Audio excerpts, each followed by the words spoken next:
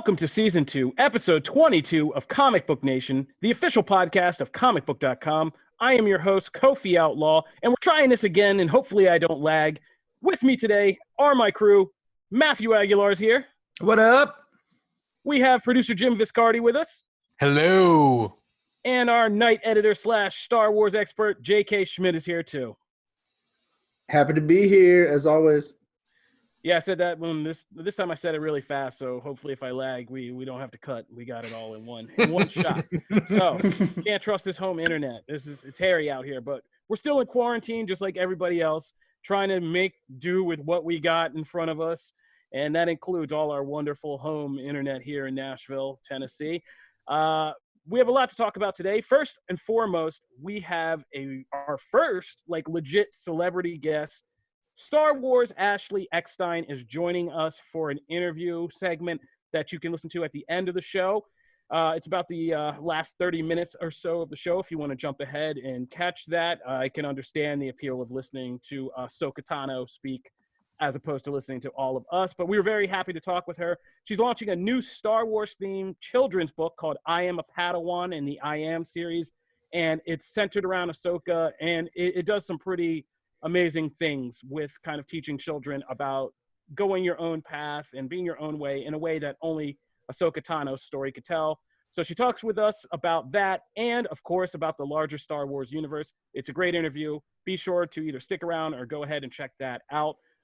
Otherwise, if you're just listening to us, the guys here, we are going to be talking about a variety of things today. We're going to talk about something that was kind of interesting that people are cooking up for the MCU. If you want to go back and watch your MCU movies, we have some alternate ways you can maybe do that. That might be fun.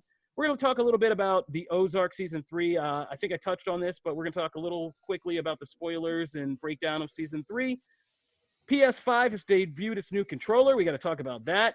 Matt really wants to talk about this comic book thing he's all about with another Carnage thing. You know him and his Carnage. Second only to Cardiac. So we're going to talk about something that Marvel could have done with Carnage. That is not true. Yeah, I know. It's like Cardiac and then Cardiac's really high. Squirrel Girl, then Carnage somewhere. I'm just going to put the tease on this one. It's about symbiotes in the heat. Boom. There you go. If that's the tease for you, if you're still with us, and that's the tease, we're going to talk about Marvel almost got freaky with symbiotes. And we have impressions of Final Fantasy VII Remake shared with us by the gaming team. By the time you hear this, you're going to be seeing a lot more about that game on comicbook.com gaming, but we have some first impressions from the gaming team that we wanted to share with you guys. So that's everything. Yeah, I mean, this is all stuff designed to make your quarantine a better life. So here we go. Starting at the top. So the MCU. We know we have the MCU. Infinity Saga phases 1 through 3. A site called The Direct and other Marvel fans have been kind of busy cooking up various ways to utilize the MCU while in quarantine. And they came up with an alternate set of viewing orders for the MCU that were kind of interesting. And we wrote up, and they're on comicbook.com Marvel. And basically, they kind of organize it by category. And it's like the side character cut, which basically takes you through the films about side characters in the MCU first, like Ant-Man, Captain Marvel, Black Panther, people who were kind of impacted by the events of the main Avengers squad, but are kind of peripheral to those first Avengers arc. That was a kind of interesting. There's a cosmic cut. There's kind of character-focused ones for just Iron Man and Captain America that you can do their whole storylines. And so there's if you just don't want to do the characters, if you want to chase the MacGuffins, there's a whole Infinity Stone kind of cut that you can watch a series of films. And so it's very interesting because it just kind of raised one question that I thought I'd throw out to you guys, which is, do you believe in these kind of alternate ways of watching the MCU, or do you think it has to be just the pure, here's how we got it, here's how you should watch it, kind of ordering all this? Because people have always been doing these alternate ones, right? One of the most other kind of popular ones is the chronological version, where you kind of watch the actual historical events of the MCU unfold as they unfolded, which would mean throwing Captain Marvel in front of Iron Man and doing all that stuff. So do you guys believe in this, and do you have your own kind of special MCU watching order, or do you just watch your favorites and don't care? I mean, I'm totally down for this because I don't think we really need Brandon Davis for this. I I don't think the MCU, like, I mean, I know a lot of it was planned out, and a lot of this is meticulously planned from movie to movie, and like there's an overarching plan and stuff. But as far as like the overall thing, like 10 years later, not everything was laid out that has occurred till now at the very, very beginning. Like this is an ebb and flow thing. Things are moved and shifted and adapted. So I don't feel like I can't believe that at the very beginning of all the planning of the Marvel movies, they went, okay, Captain Marvel is going to be set in the past and we're going to establish the Skrulls that way. Like to me, that's not something that was all thought of at the same time, because obviously, like, why would it be? They were focused on a big picture, but just establishing the Avengers at that point, nonetheless, all this other stuff. So because there's that natural ebb and flow, like, yeah, I like these. I like these that, okay, now that we have what's there, go and tinker around with it and find the best way to view it, because this stuff wasn't, it would be different if it was like the Lord of the Rings, like the trilogy, right? Like rearranging those. Yeah. Okay. No, there's a set thing and that's what you do. But with this and all the moving around in timelines, nah, I don't have a problem with that. I think it's cool. Here's what this shows. This shows that Marvel fans have gotten so bored because there has not been an MCU movie. Well, to be fair, that they are coming up with alternate ways. Our article about this is people are bored, and this is what we're doing. Yeah, of course. That's it. People are finding new ways to watch the movies that they all had to watch a year ago, leading into Endgame, and this is how they're killing time. I mean, is there anything wrong with it? No. I think what will happen is inevitably down the line, people are going to say like, no, this is the definitive way to watch it, or this is the this is how you have to watch it, and that's where it gets a little dangerous. But other than that, I mean, watch them how you want to watch them. If it makes it a fun adventure for you, great. But I just love it. I love it when people get creative like this. It's JK, fun. bring the wisdom of Star Wars example to this. Well, I mean, like, I just think that it shows the strength of the Marvel Cinematic Universe and how long they've been doing this and how many movies that they have, is that there are so many different aspects that people can kind of pick together and piecemeal and put back apart. I just think that's a pretty cool aspect of the entire franchise. And I mean, people are going to do whatever they're going to do, especially, you know, when you get to like the Reddit threads where people are finding connections that maybe are a little dubious or don't exist at all, you know. Let people have fun, let people do what they want. And especially right now, I'm not one to judge anyone for how they spend their free time. So go on, make your watch list. In fact, make all the YouTube compilation videos that you want, because those are a little bit more entertaining than watching the entirety of, you know, like Captain America, the First Avenger, or stop it right now. We're shutting. I wish we could shut down mics on this sometime. But what do you think the over/under is that Marvel starts playing in this pool and is like, here's the definitive and Infinity Saga cut, like, you know, with their own kind of crazy ordering where they basically just rebox all the movies and send it to you, and like, I mean, it's a brilliant sales strategy. They have, to me, the Marvel Studios has played so. They seem, you know, when they release new phases or they, you know, they do like this, they it seems like they try and map it out as carefully as they can. Now, when you look back at, you know, some of the earlier phases, they had no idea what movies were. I was here since phase 1. I've seen every blunder. I have a whole list of them. but they had no idea at that point. I think now now that they know what they've built, they're going to be way more careful with how they do it. I don't think it would necessarily make sense for them to try and retroact, because there's nobody there. Like, Kevin Feige is not George Lucas. Like, he is not gonna, you know, or, you know, want to go back or fiddle with stuff or whatnot. Like, he's just gonna let it happen and go from there. Yeah, so I mean, I guess that's as good as explanation as any. They do know what they're doing. Like I said, I've been here for a lot of the early blunders, but they seem to have it together now. But I'll be curious to see when all the movies are out or just another phase is out, how they begin to maybe spin and repackage these things. Because as it grows and the story grows, I feel like you will have room for like a definitive collection or something. But we'll see. So that's everything on the Marvel front. I just wanted to touch real quick on give you guys something. If you're streaming, we don't have like obviously movie reviews or TV reviews right now because everything's on hiatus until this pandemic is over. But Ozark season 3 is out on Netflix, and I think we touched on it last show, but I've seen the whole thing now. So I just wanted to go really quick through just give you guys a hint. It's kind of a spoilers discussion, but I'm not going to really spoil anything because I feel like more people need to see it. Did anybody here see it? I did. Did not. Okay. But yeah, Ozark season 3 is kind of a wild ride. It picks up with the Bird family having opened this legitimate casino front for the Navarro cartel who they work for. But they think it's supposed to be on easy street. The hard part was getting here. But of course, it only gets deeper as their crime saga deepens. They basically kind of get locked into a lot of problems on keeping legitimacy and the illegal side separated. They get into it with cartel lawyer Helen Pierce, who becomes kind of like a villain this season.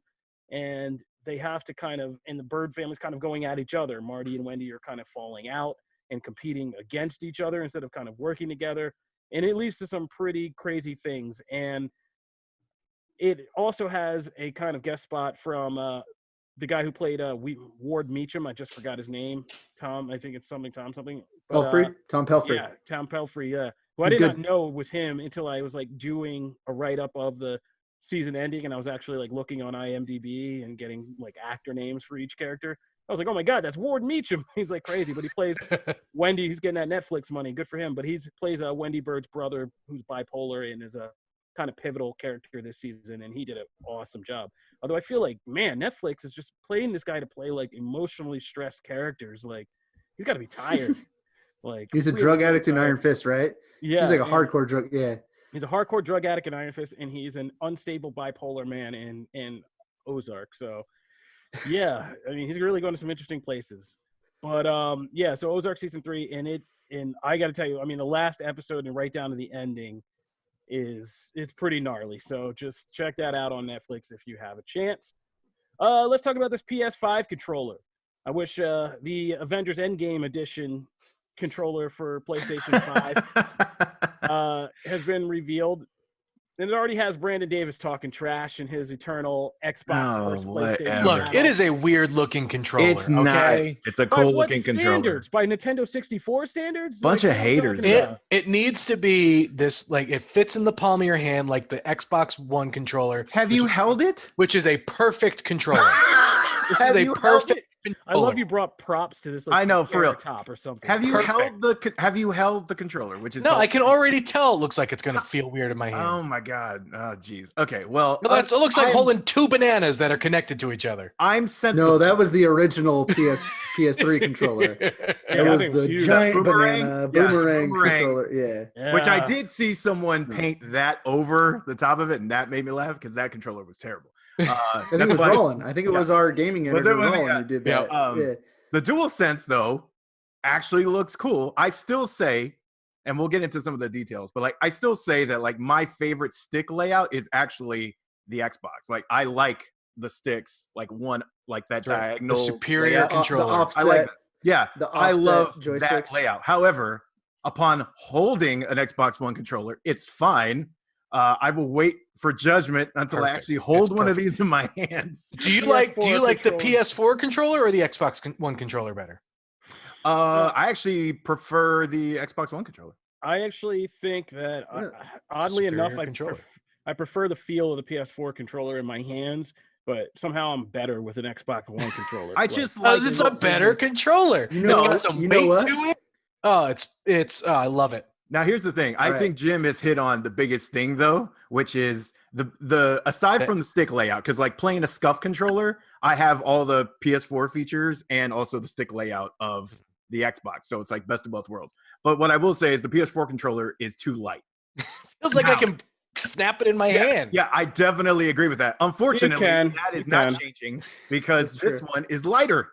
Because they made it lighter. well, they get their money from re-ups of controllers. If somebody's gone through like 5 of them, yeah. like, you know, they don't stand up to emotional distress very well. can I tell you. also Can we do all like- agree though? Can we all agree that the Nintendo Switch Pro controller is one of the best?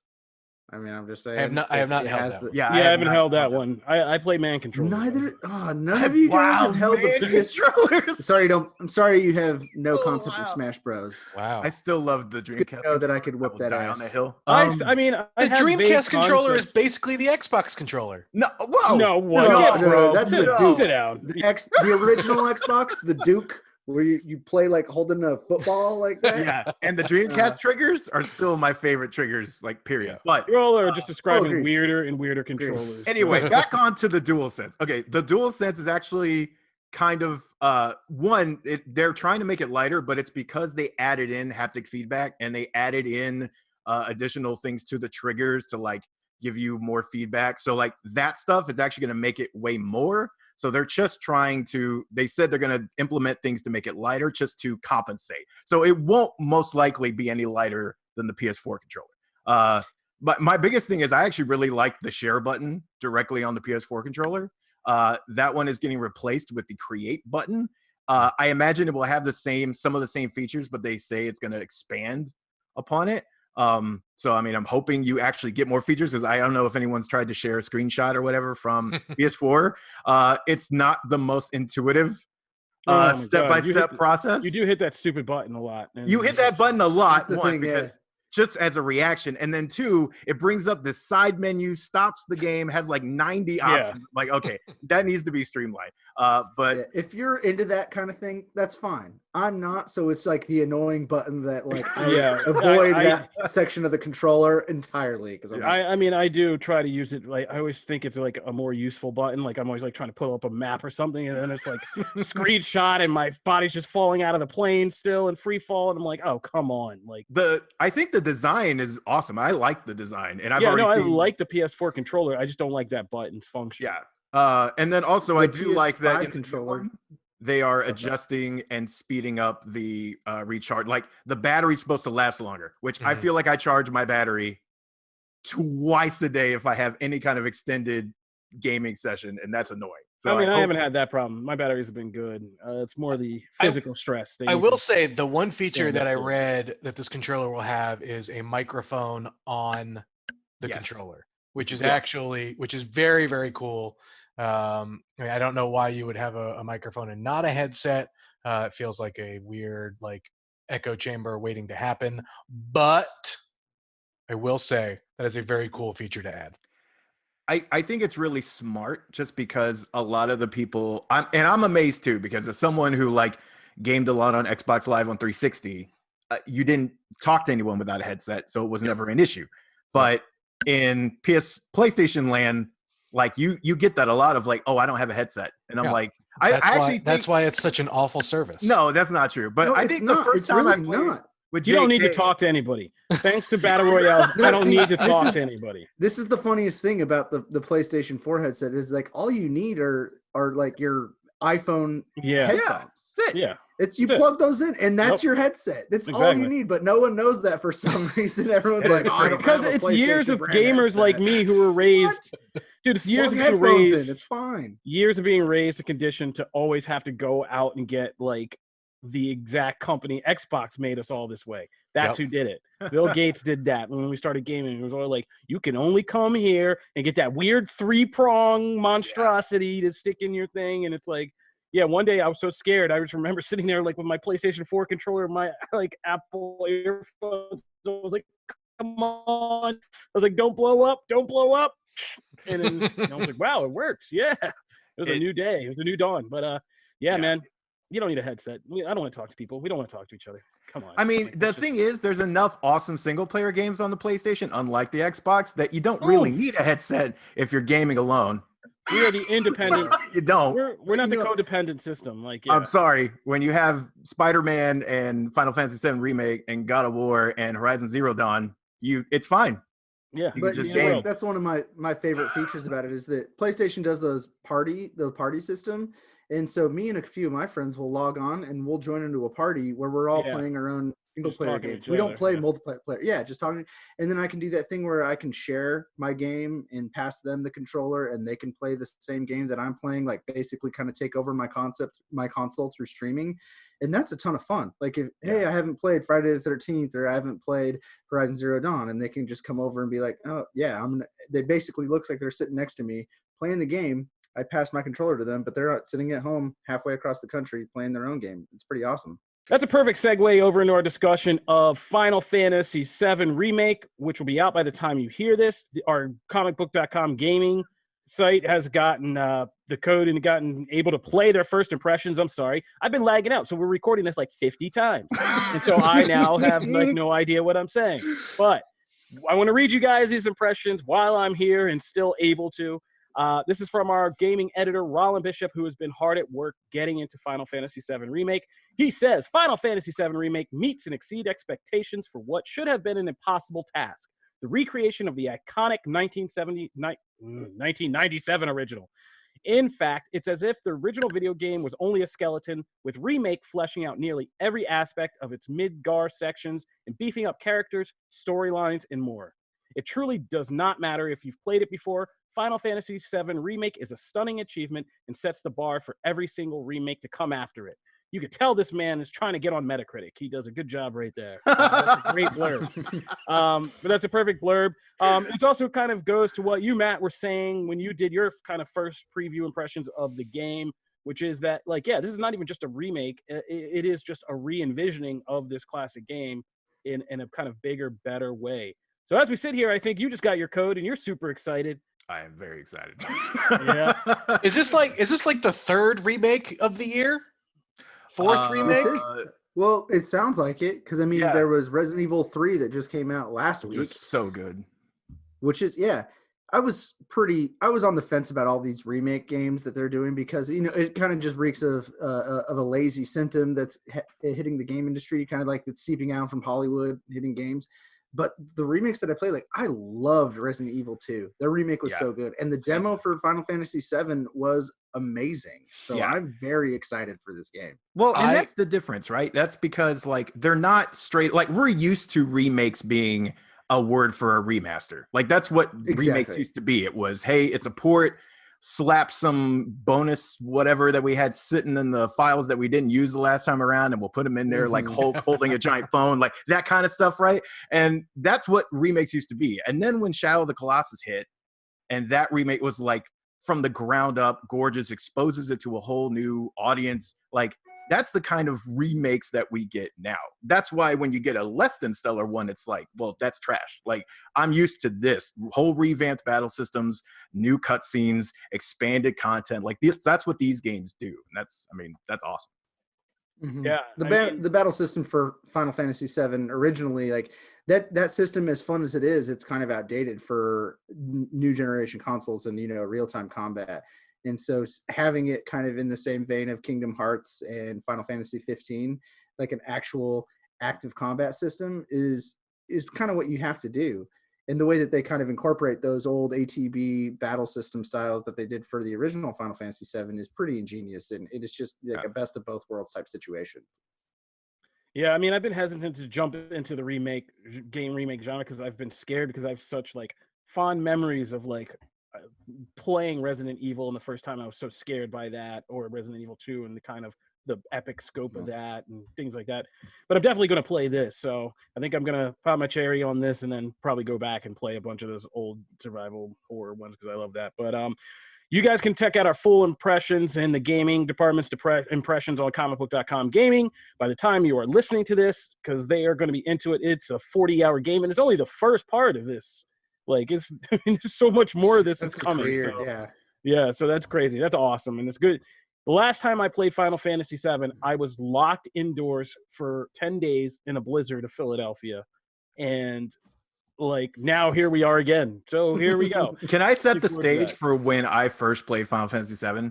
So if you can picture this, all right, I would get home from school and I would move the second TV, which was like a giant box TV, and I would move that into my mom's room because she had the even bigger TV, and I would have that playing BET music videos, and I would have the little TV wired up playing Final Fantasy VII. That is literally how I played.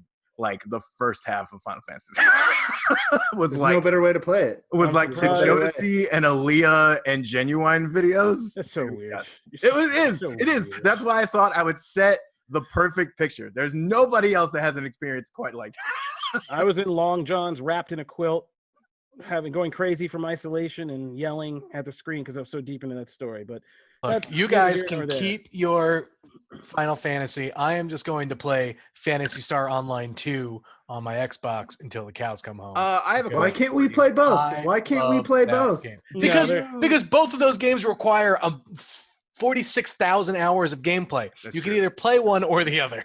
So I have a There's question. enough time on our hands right now, so I mean, Did you you're play not doing much else. Phantasy Star like on Dreamcast? Yep. Oh, I loved it. I had Okay, it hooked so- up into my phone No, line no. with a keyboard plugged into Yes. Oh my my God, Jim! I did Dreamcast. not know we shared Yeah. this. Okay. Oh, I don't know Okay, what's but happening, did but we're you- not going down But this did rabbit you hole. play Phantasy Star 4 on Sega Genesis? That's the real That I question. did. Oh God! All right, listen, we got to move on. That's a We good got an one. interview with Ashley Eckstein to get to. We got a lot of stuff to do today. It's not usual. This is not the usual shenanigans.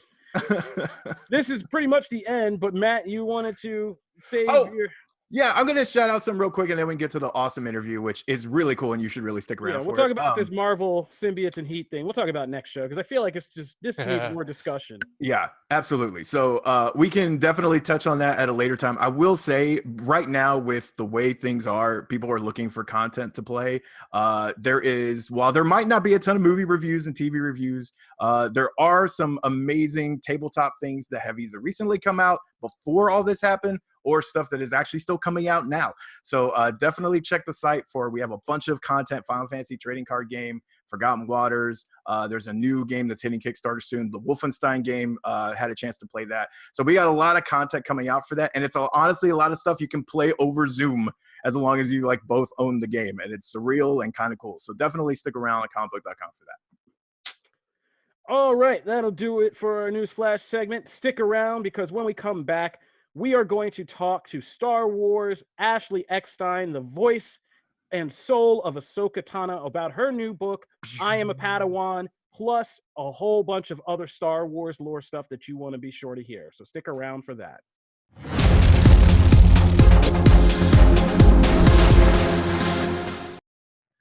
All right, Comic Book Nation, we are here today with, I would say, one of Star Wars' most iconic figures. I hope we're not embarrassing you by saying that. We have lots of arguments in-house over here about what the word icon means in the industry, but I think this time, I don't think anybody can come at me for this because this is a legitimate Star Wars icon. Ashley Eckstein, thank you for being with us. The voice and soul of Ahsoka Tano in the Star Wars franchise. We were so happy to kind of sit down and talk to you today, both because, we just wanted to talk to you, period, about Star Wars and get into all that, but because the timing was kind of interesting because you're releasing your first children's book and it's out now.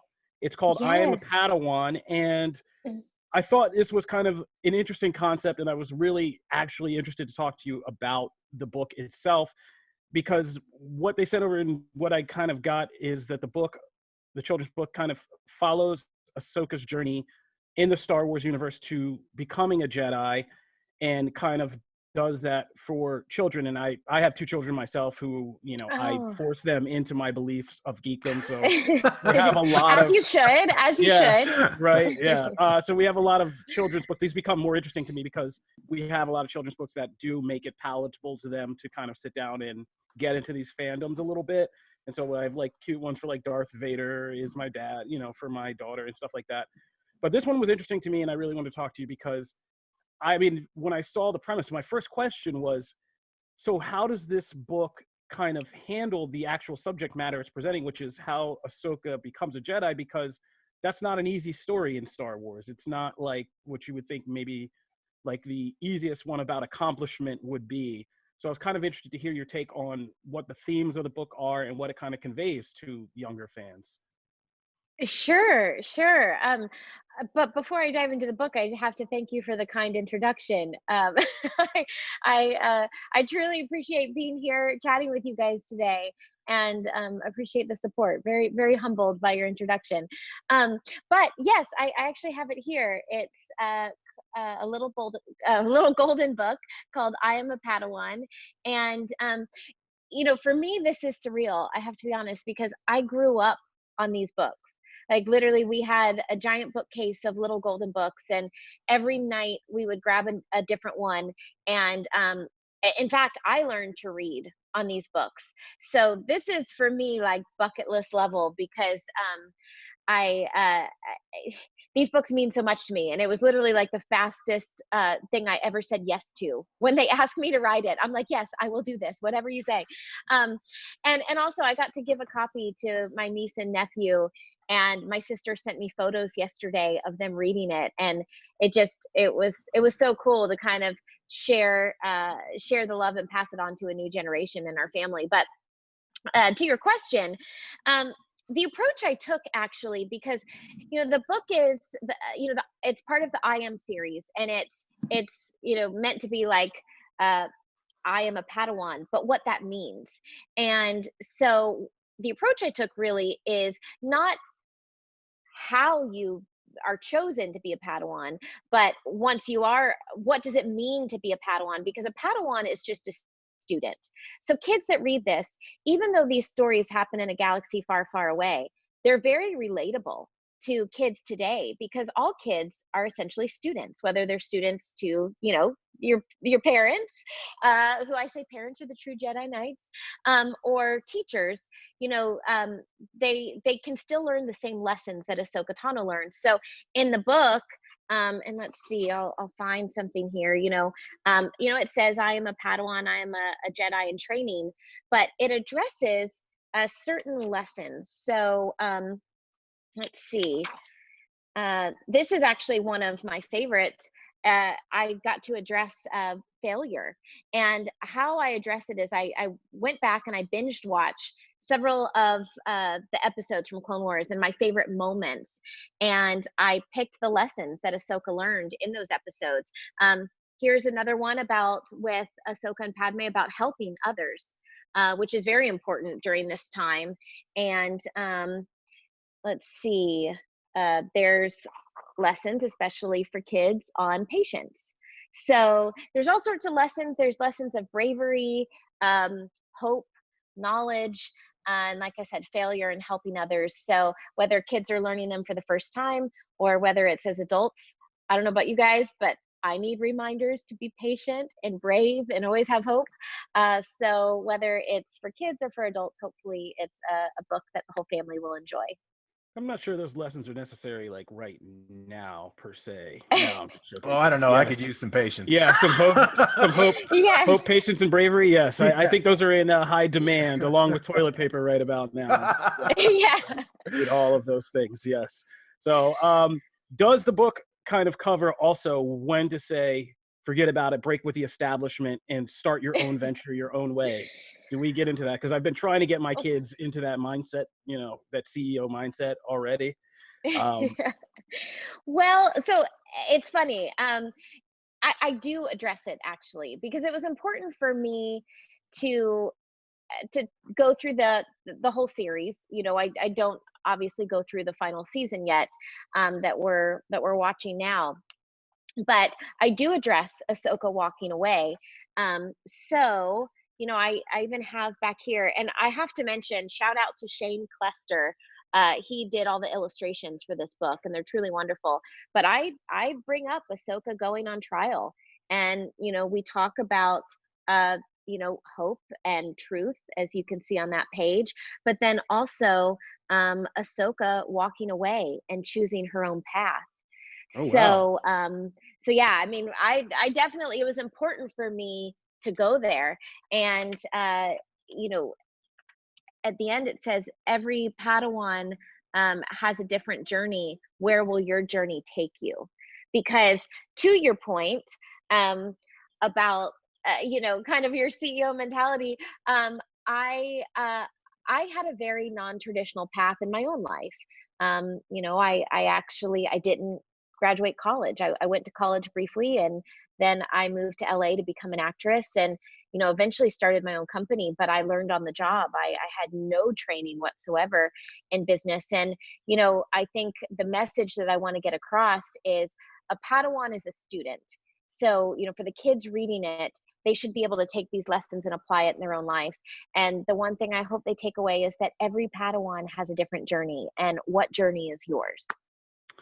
Sold. I could use that book for very good reasons. I love in that. all seriousness, I mean, like, yes, there's, just not to get too heavy with it, but yeah, there are certain things that I would want my kids to know for being independent and going through that are very important. So I'm very glad that that's in there, that the whole story and that kind of bringing something to kind of bolster those difficult moments is very important. And I'm glad that Ahsoka gets to kind of be the symbol of that, because that's kind of what she's become to millions of fans in the franchise. So just kind of transitioning from that, now that we're kind of talking about this, we were talking the other day, and I was making the joke that, Ahsoka now is like this major character who fills in these gaps between like all the Star Wars eras of the movies. Like, she's become this prominent player in the Clone Wars. Then we're getting this story finally about how she got out of like Order 66 and did that and got in, survived that whole first era between the original, the prequel trilogy and the original trilogy. Now we even have things like Rebels, which kind of have furthered that mystery. And now we're even getting kind of hints that we could even see something like The Mandalorian, which takes her story into the sequel trilogy era, which we know. And you even did a kind of voiceover for Star Wars: The Rise of Skywalker. So she's just kind of like trapezing through all these kind of places in the franchise. And one thing I'm kind of interested in, I know we don't want to spoil the end of Clone Wars, but I'm kind of interested in how we've seen Ahsoka so far in season 7. She's kind of very much not shed her Jedi persona. She's not wielding lightsabers. She's kind of keeping her whole Jedi kind of status on the low.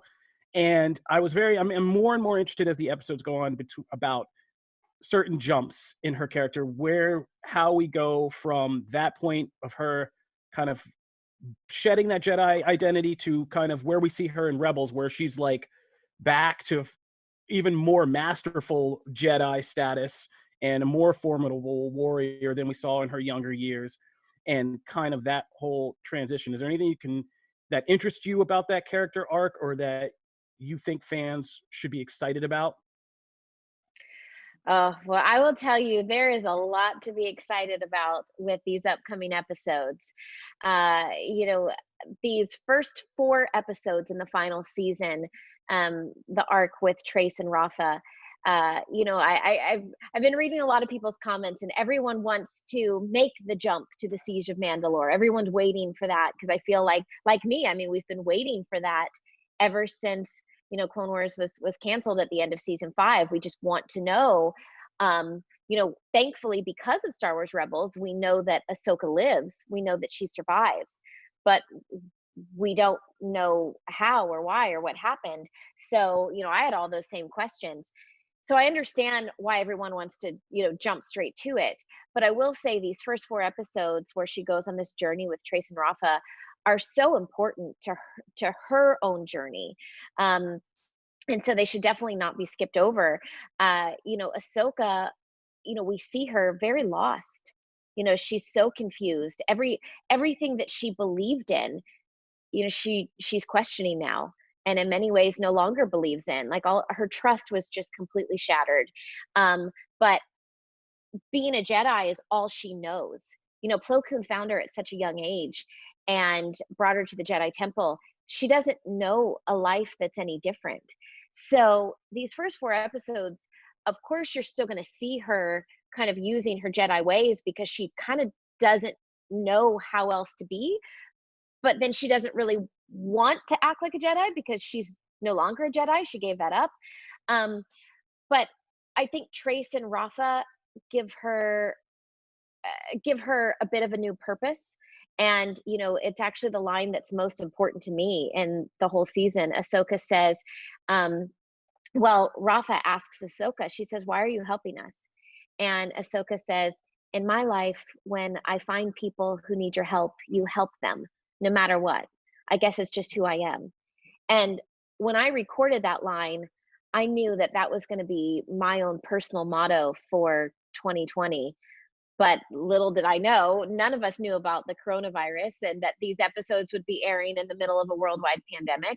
And truly, the only way we're going to get through it is by helping each other, no matter what. And so I think these episodes are very important to then watch the Siege of Mandalore. That I don't want to say too much, but I will say these episodes are epic. Like, truly some of the best Star Wars I think that's ever been made. Um, Everyone brought their A game. Everyone brought their best to these episodes, and they're truly mind blowing. And I think they're going to be essential viewing, now moving forward, especially, as part of the films from episode 2 to episode 3. Like, you really need the Siege of Mandalore to understand everything that happens in the Skywalker saga. It's pretty incredible. Have you found that we were also talking about how Star Wars has changed in just like the last 5 years alone? Because I remember the day when trying to get people to fight and tune into things like Clone Wars or Rebels, the animated series, or the books or the comics, and they would say, "Oh, I just watched the movies." But now, kind of, Lucasfilm has really pushed this cross-platform where everything is connected and kind of matters. Have you found that it's changed for you in terms of like exposure, and has the fandom really kind of begin to dug into like the animated side and discover things like Ahsoka? Can you kind of tell the difference in the last couple of years? Oh, definitely. There was a huge change, I would say, once Clone Wars went to Netflix. So Netflix opened up Clone Wars to an entire new audience. And then now from Netflix to Disney Plus, um, that just it just, you know, like a whole new generation has is now experiencing Clone Wars. And then also, not to mention, Star Wars Rebels, because Star Wars Rebels introduced a whole new generation to Clone Wars, because all of a sudden characters like Ahsoka Tano were showing up on Star Wars Rebels, and people are like, wait a minute, who is she? And so then they were going back and watching Clone Wars. So it's been amazing, getting to meet new fans. And for me personally, um, going back to your question before, I apologize. I feel like I didn't fully answer it about Ahsoka. She's become so powerful and so inspiring uh, to people all over the world. There's something about Ahsoka when she walked away from the Jedi Order in season 5. Um, she connected with people on a whole different level. And I started receiving stories from fans all over the world about how Ahsoka either changed their life or saved their life.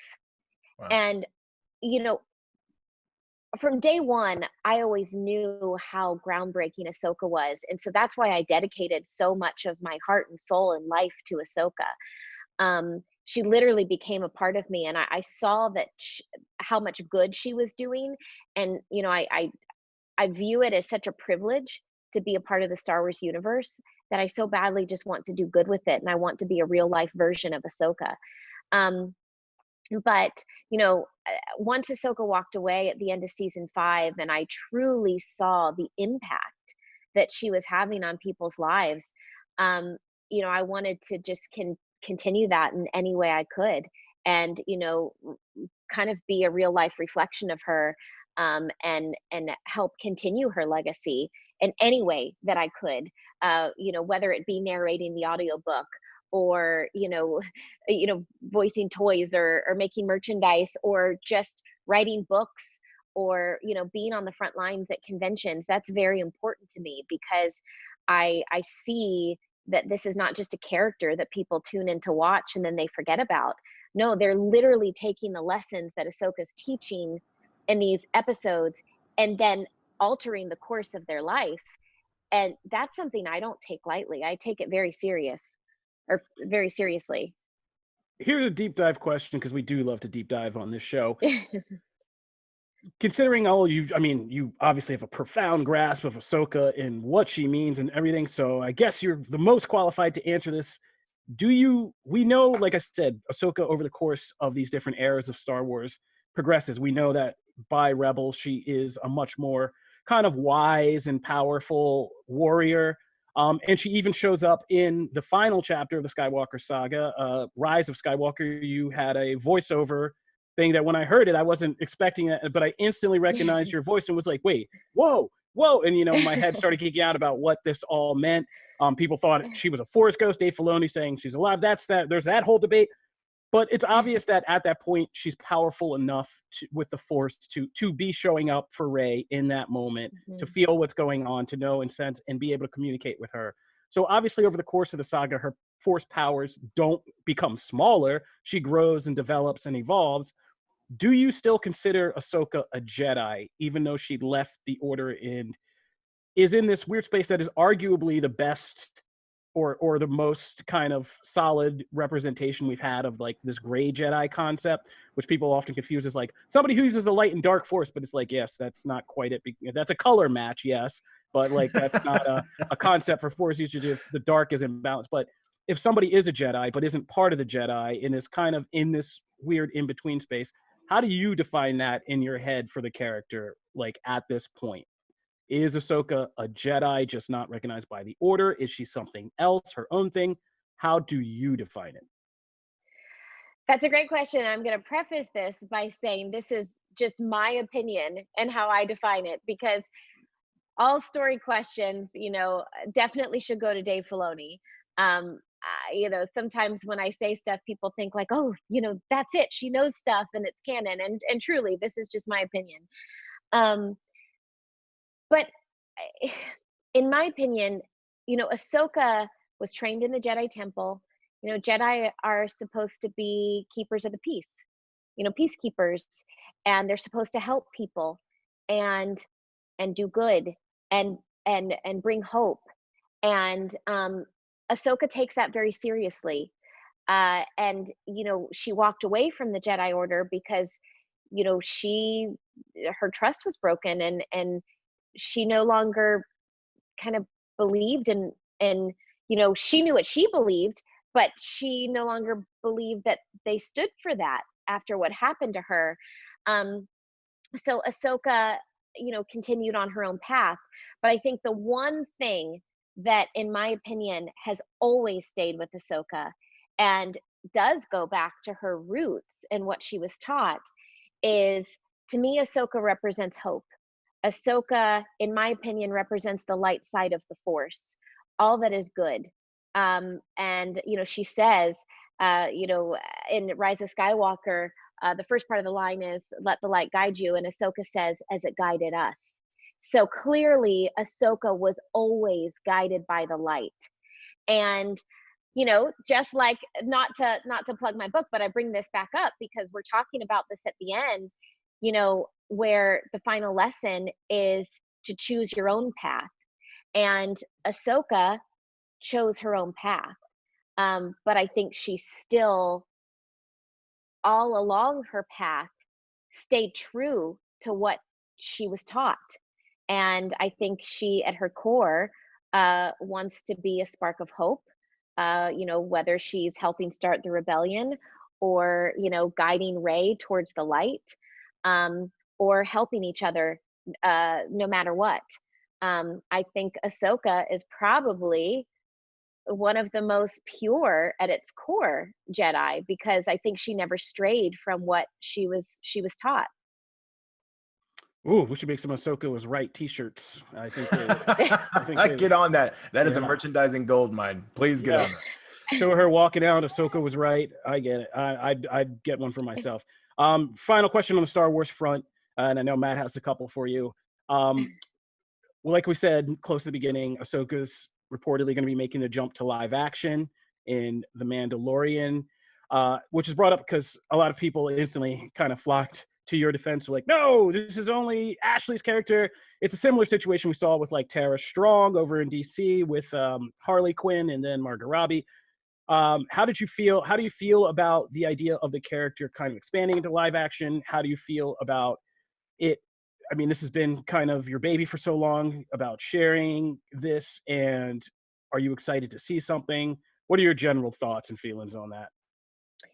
No, absolutely. As I shared on Instagram, I truly don't know anything about The Mandalorian, so it's something I really can't speak to. Um, so I mean, what you know is what I know. However, um, Ahsoka's always been bigger than just me. I've always been very outspoken about the fact that I am one member of a team of people that brings Ahsoka to life. It started with George and Dave Filoni creating Ahsoka. Um, Fortunately, I was able to help originate her character. I was allowed to bring my heart and soul and personality and wit and wisdom to this character. But along with, Joel Aaron always lighting Ahsoka beautifully and the animators animating her beautifully and Kevin Kiner giving her the most beautiful music. Ahsoka's always been bigger than just me. And, as we talked about earlier, I don't have kids. Ahsoka would probably be the closest thing to, a kid for me. She is literally a part of my heart and soul. Um, I care about her so deeply that I would never want anything bad surrounding Ahsoka. I only want what's good for Ahsoka, and more Ahsoka stories can only be good, in my opinion. Ahsoka brings people so much hope and so much light, and I will always be a cheerleader for that. So, I will say one thing I read a lot of, and I've been outspoken about just because I feel like I need to be outspoken for all voice actors. Um, Voice acting is acting, and some people say, oh well, she's just a voice actress. No, I actually Ahsoka was my first voiceover job. I was primarily a film and television actress before I became Ahsoka. Um, so I do all sorts of live action and film and television. But the only reason I bring that up is not even in for myself, but voice acting is acting, and some of the most brilliant actors I've ever met are voice actors. I mean, Corey Burton, who is the voice of Count Dooku and Cad Bane, is probably one of the most brilliant actors I've ever witnessed in my life. So I only say that just because I think it's important, to speak up for voice actors. We're all actors at the end of the day. But going back to your question, I support anything that Ahsoka's in because it can only bring people goodness and light and hope. So if it's true, I'm excited we get more Ahsoka. Yeah. Yeah, voice acting. I mean, it didn't stop that Luke Skywalker guy from becoming one, pretty kick-ass Joker. So, yeah. Yeah, and I also say that because one of the most asked questions that I get from people is, how do you become a voice actor? I get asked that probably every single day. And that's why it's important for me to bring that up too, because the first thing I always say is, well, voice acting is acting. So, the technique is different, because yes, you're standing in front of a microphone and you're not on a set and you're not moving, but the emotion and the acting is the same. So I tell them right away, I'm like, well, are you in an acting class, or are you already an actor? Have you taken acting classes before? So I share that because it's important. Anyone that wants to be a voice actor, it's acting. So I recommend that you take an acting class. I know Matt had a couple for you on other related fronts because he's a man of variety. Well, actually, and you kind of brought up one too, and it's one of those that I have spoken to a lot of voice actors in the past, and I guess that is a thing of interest. There's like this.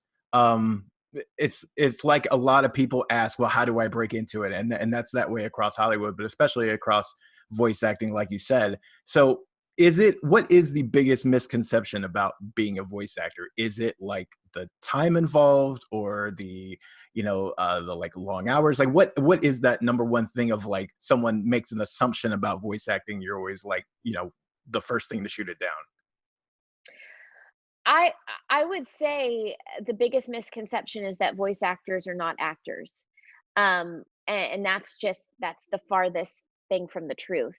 Um, you know, the acting at its core is is the same. it's the same performance, emotionally you would give, whether it's on camera or or behind a microphone. So I think that's the biggest thing, because some people think that voice acting is just doing crazy voices, and so they're like, oh well, I can do a crazy voice and I can be a voice actor. It's more than that. It's definitely acting. For me, I actually did, the opposite. I moved to LA when I was 19, and I was solely a film and television actress. And I was so inspired, growing up by the Disney princesses, like The Little Mermaid and Beauty and the Beast. And I wanted to be a voice actress, but I had no experience in it. And luckily, I had an agent that, agreed to send me out on auditions. But I auditioned for 4 years. Probably, I was rejected at least 400 times before I got the voice of Ahsoka. And it was truly because of acting. So I think that's the biggest thing is, because I read a lot of comments online that,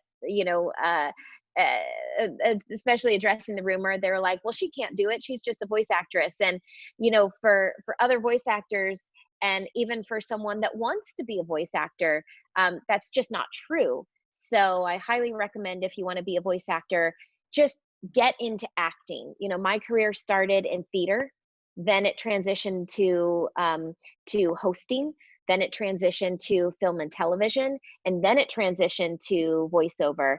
And you kind of just have to dive into it all. You have to just, keep going on auditions, never giving up. And they often sometimes say for every 100 auditions, you get one job, and it's a lot of rejection. But you just keep going, because you just never know when one door slams, a window opens, and you just got to keep going. Well, and across your career, like, I mean, Star Wars now, it's become one of the, like, most highlighted and standout parts. But you've also been all over other genres and other pop culture, things like DC superheroes, Sophia the First. As my daughter starts to watch shows now, like, I have so many to pick from, and that is one of the ones that's been recommended to me. Ultimate Spider-Man is another one. So of those characters in those previous projects, or other DC and Marvel characters that are out there, is there one you would want to return to in the future, or a character that you would want to crack at that you haven't been able to do yet? Ooh, a great question. I've had a lot of fun playing in the Marvel universe. Uh, you know, let's see, Lady Alana, and she eventually becomes the Queen of Atlantis. I just recently did that in the Marvel Avengers series. I think Black Panther's Quest. I had so much fun because she was very different from Ahsoka. I mean, similar in some ways, but she was almost like a Cersei Lannister type, um, and very kind of fierce, uh, kind of strong character. I mean, Ahsoka's strong, but and she's just strong in a different way. So that was a lot of fun to play that character, and I'd love to play her again in something. And then it was an honor to be a part of the DC superhero girls universe, and I got to voice Cheetah, which is very different. What most people don't realize is, in when I was on did a lot of film and television, I was always the mean girl, which was frustrating because it's like, if you know me, it's like the farthest from my personality. But I think it was the blonde hair. I was always stereotyped as the bully or the mean girl, and so Cheetah is the mean girl. So it's kind of fun playing against type for that. So would love to come back to Cheetah if I get the chance. But yeah, I mean, that's the fun thing with voiceover too, is you get to play all sorts of different characters. Obviously, I would never play a bluebird in live action. Uh, so, so to get to be a singing bluebird for Disney was also a dream come true. That's awesome. And hey, don't rule it out. Technology is amazing. You never know. Yeah, Bluebird that's acting true. is just acting. I think that'll do it. We've picked your brain like far longer than we were probably supposed to, but we wanted to thank you for coming on and taking the time and Yeah, I know you got 2 customers sold already for this book, so that's a good start. I hope Oh, thank you're having you. a good time just with the release. And I mean, it's got to be. I'm having been in writing for many years. I can't imagine how weird this must be releasing a book at this time and kind of off the usual format and just trying to figure that out. So I hope that's all kind of going okay and low stress for you as well. But You we know, are. I'm sorry. Go ahead. you know Yeah. what? Oh no, that's okay. What I will say is actually for the book and for Clone Wars, um, when obviously all of this was happening and then the lockdown happened and quarantine happened, it was a bummer at first because we had a lot of really cool things planned, whether it was fan screenings or premieres, or with the book, book readings at bookstores. And I love that. I love meeting fans. I mean, that's probably my favorite thing about being Ahsoka is getting to go to conventions and events and signings and just meeting everyone, and especially the kids. So it was definitely a bummer. But then I realized I'm like, no, I'm a firm believer that everything happens for a reason. And when it comes to the book and these new Clone Wars episodes, I think the reason is because Ahsoka really does bring people so much hope and so much light. And I think we need Ahsoka now more than ever. So I'm actually very proud to be, releasing this book during this time where everyone's stuck at home and they're looking for an escape to get their mind off of the news. The fact that parents are going to be able to read this to their kids before they go to bed and teach them these lessons.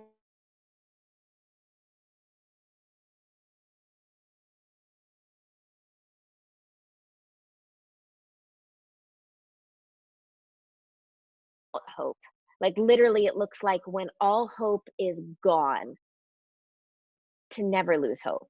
And I actually think it's the best time for these episodes to come out because they're really helping a lot of people no matter what. So I feel blessed and grateful to be able to share this message during this time. Well, thank you very much for sharing it with us. And again, we wanted to just thank you for coming on the show and being here. And Thank we're you. all very much looking forward to these last final Clone Wars episodes, and especially the duel between Ahsoka and Darth Maul, which I already have a feeling is going to go down as one of Star Wars greats. So we're very much looking forward to that. No pressure. No pressure. I think you might be right. How about this? How about we chat again after you watch the episodes? Absolutely. That would be fantastic. We would do that in a second. So we want to thank you. We hope you stay safe, handle all business while in this new format. And we look forward to talking to you again. Thank you so much. You guys too. Be well. And may the force be with you. Oh, thank you. That feels so good. Yeah. We're not used to that uplifting kind of thing around here. But yes, thank you. Thank you very much. Have a good day. Thanks, guys. Bye.